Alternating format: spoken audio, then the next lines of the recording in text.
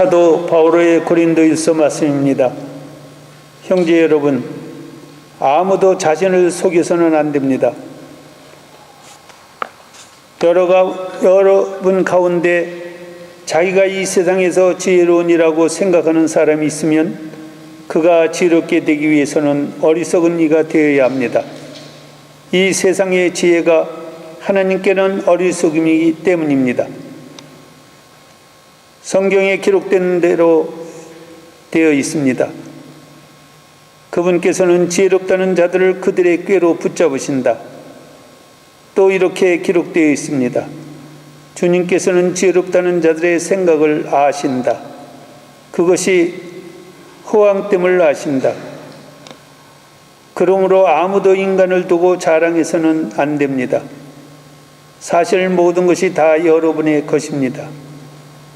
바오로도 아폴로도 케파도 세상도 생명도 죽음도 현재도 미래도 다 여러분의 것입니다.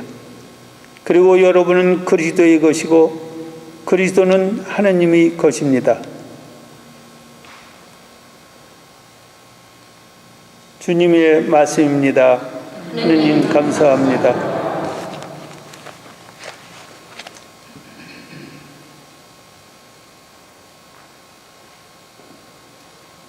주님의 거실 안에 온 땅과 그 안에 가득 찬 것들,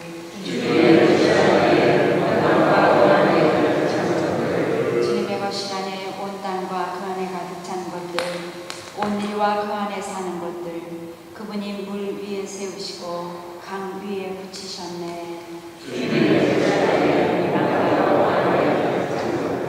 누가 주님의 산에 오를 수 있으랴? 누가 그 거룩한 곳에 설 수 있으랴? 손이 깨끗하고 마음이 결백하니 헛된 것에 정신을 팔지 않느니라네. 그는 주님께 복을 받으리라. 구원의 하나님께 의로움 얻으리라. 이들이 야곱이라네. 그분을 찾는 세대, 그분 얼굴을 찾는 세대라네.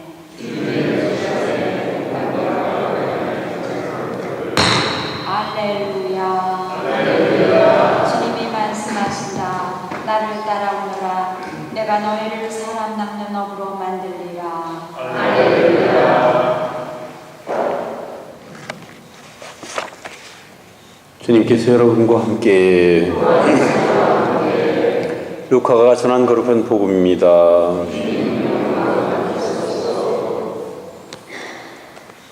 예수님께서 겟네사렛 호숫가에 서 계시고 군중은 그분께 몰려들어 하느님의 말씀을 듣고 있을 때였다.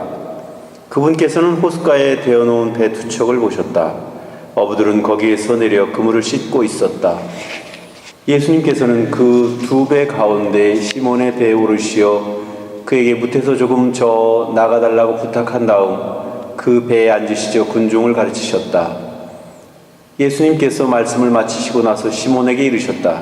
깊은 데로 저 나가서 그물을 내려 고기를 잡아라. 시몬이 스승님, 저희가 밤새도록 애썼지만 한 마리도 잡지 못하였습니다. 그러나 스승님의 말씀대로 제가 그물을 내리겠습니다. 하고 대답하였다. 그렇게 하자 그들은 그물이 찢어질 만큼 매우 많은 물고기를 잡게 되었다. 그래서 다른 배에 있는 동료들에게 손짓하여 와서 도와달라고 하였다. 동료들이 와서 고기를 두 배에 가득 채우니 배가 가라앉을 지경이 되었다. 시몬 베드로가 그것을 보고 예수님의 무릎 앞에 엎드려 말하였다. 주님, 저에게서 떠나주십시오. 저는 죄 많은 사람입니다. 사실 베드로도 그와 함께 있던 이들도 모두 자기들이 잡은 그 많은 고기를 보고 몹시 놀랐던 것이다. 시몬의 동업자인 제베데의 두 아들 야고보와 요한도 그러하였다. 예수님께서 시몬에게 이르셨다. 두려워하지 마라. 이제부터 너는 사람을 낚을 것이다. 그들은 배를 저어다 무태 대어 놓은 다음 모든 것을 버리고 예수님을 따랐다.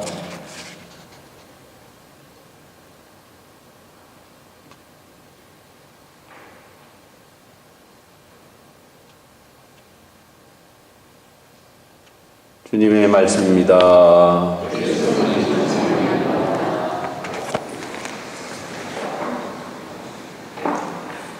사람들은 자기 나름대로 어떤 분야에서 나름대로 자부심을 갖게 되고 나름대로 자기가 거기에 최고라고 생각하게 되면 초심을 잃어버리는 경우가 많습니다. 그래서 고집이 생기고 아집이 생겨서 도무지 남의 말을 들으려고 하지 않습니다. 그래서 우리는 전문가가 되면 될수록 또 그 분야에서 최고가 되면 될수록 초심으로 돌아갈 필요가 있고, 그래서 항상 초심을 잃지 말아라 하는 그런 이야기가 그 어느 누구에게나 훌륭한 지침이 되고 삶의 교훈이 되는 것입니다. 그만큼 초심을 잃지 않는다는 것은 참으로 어려운 것 같습니다. 베드로와 안드레아 그리고 제베데의 아들 야고보와 요한은 자기 동네 그 겟네사렛 호숫가에서는 그래도 나름대로 오랫동안 고기를 잡은 베테랑급 어부였습니다. 그들은 어디에 가면 고기가 잘 잡히고 또 어디에 가면 무슨 고기가 있고 어디에 가면 어떤 일이 벌어질지에 대해서 너무나 잘 알고 있었고, 그것은 하루 이틀 해서 습득한 것이 아니고 아주 오랜 시간 몸에 밴 그들만의 노하우이고 또 그들 나름대로 했던 방법이 있었던 것입니다. 그런데 오늘 예수님은 사실 어부도 아니고 아버지가 목수니까 정식 목수도 아니고 목수 보조쯤 됐겠죠. 그러니까 고기에 대해서, 물에 대해서, 호수에 대해서 아무것도 알지 못하는 사람입니다. 그런데 그 예수님이 베드로를 향해서 깊은 곳에 가서 그물을 쳐라 이렇게 말씀하십니다. 어떤 의미에서 보면 아무것도 모르는 사람이 하는 그 한마디가 무시해도 되는 그런 이야기겠죠. 그렇지만 베드로는 우리가 밤새도록 애써 그물질을 했지만 한 마리도 잡지 못했습니다. 그러나 선생님께서 그렇게 말씀하시니까 그물을 내리겠습니다. 그리고 그물을 내렸습니다. 그리고 그 결과는 배가 가라앉을 만큼 고기를 많이 잡았다. 그래서 다른 배에 도움을 요청해서 2배 가득 고기를 잡게 되었다 하는 그런 이야기입니다. 사실 이 이야기는 실제로 고기를 많이 잡았는지 어쨌는지, 물론 실제로 고기를 많이 잡았을 수도 있을 겁니다. 하지만 그거보다는 영적인 의미가 그 안에 담겨져 있는 것 같습니다. 그것은 인간의 지혜로서는 해결할 수 없는 것을 하느님의 지혜로서 이룰 수가 있다. 그리고 하느님의 뜻에 순명하는 사람은 언젠가는 큰 결실을 얻게 될 것이라는 그런 믿음입니다. 오늘 첫 번째 독서에서도 바오로 사도께서 이렇게 말씀을 하십니다. 자기가 스스로 지혜롭다고 생각하는 사람은 어리석은 사람이 되어야 합니다. 라고 이야기합니다. 어쩌면 이 말이 정말 우리에게는 더없이 소중한 그런 말씀이라고 볼 수 있습니다. 그리고 이어서 지혜롭다는 사람들, 인간적으로 지혜롭다는 사람들은 그들의 꾀에 그들이 넘어가게 만든다 그랬는데, 우리말에도 제 꾀에 제가 넘어간다 하는 이야기가 있습니다. 인간의 지혜라고 하는 것은, 또 인간의 머리라고 하는 것은 너무나 물질적인 것에 고착되어 있고 또 어쩌면 욕심과 관련되어 있기 때문에 사실 엄밀한 의미에서는 지혜가 아니라고 볼 수 있을 것 같습니다. 그러나 하느님의 지혜는 인간은 눈으로 바라볼 때에는 어리석기 그지 없을지 모르지만 그 어리석음을 통해서 하느님께서는 결실을 내시고 결과를 우리에게 보여주신다는 사실을 우리가 꼭 기억했으면 좋겠습니다. 우리가 신앙인으로서 살아가다 보면 고지식하게 느껴지기도 하고 때때로 다른 사람들에 비해서 상대적으로 많이 참아주어야 하고 양보해야 되고, 그래서 결국은 손해보는 것 같은 느낌이 들기도 하고, 또 이렇게 처신하다 보면 남들이 나를 무시하지 않을까, 나를 바보라고 생각하지 않을까, 그런 의문이 들 때도 있습니다. 하지만 하느님을 위해서 기꺼이 하는 어리석음은 그 어리석음이 어리석음으로 끝나는 것이 아니라 하느님께서 그러한 어리석음을 통해서 결실을 내게 만들어 주신다는 것 우리는 꼭 믿고 그대로 실행해야 할 것 같습니다. 저도 개인적으로 볼 때는 인간적으로 나름대로 계산하고 머리 굴리고 해서 했던 일보다는 모든 것을 하느님께 맡기고 그분께 모든 것을 결과를 맡겼을 때 내가 생각지도 않은, 인간적으로 생각지도 못했던 그런 커다란 결과를 얻을 수 있었던 그런 경험들이 꽤 여러 번 있습니다. 그래서 결국 인간은 자기가 똑똑하고 지혜롭다고 자기가 전문가라고 아무리 설치지만 결국 그 인간적인 것을 믿다 보면 제 꾀에 제가 속아넘을 갈 수밖에 없는 그런 부족하고 가련한 존재들입니다. 그래서 우리는 내가 비록 그것을 다 이해하고 또 그것을 내가 다 동의하지는 못한다 하더라도 그것이 주님의 뜻이라면, 그것이 교회의 뜻이라면, 그것이 내가 해야 할 일이라면 그것을 기꺼이 지고 갈 수 있는, 그것을 따라갈 수 있는 우리 자신들이 되어야 하지 않을까 생각합니다. 오늘 4명의 제자들은 나를 따라라, 내가 사람 낚는 어부가 되게 해주겠다라는 말씀을 듣고 두말하지 않고 배와 가족을 두고 예수님을 따라 나섰습니다. 그래서 그들이 예수님의 12 제자 중에 하나가 될 수 있는 그런 영광을 차지할 수 있게 되었던 것입니다.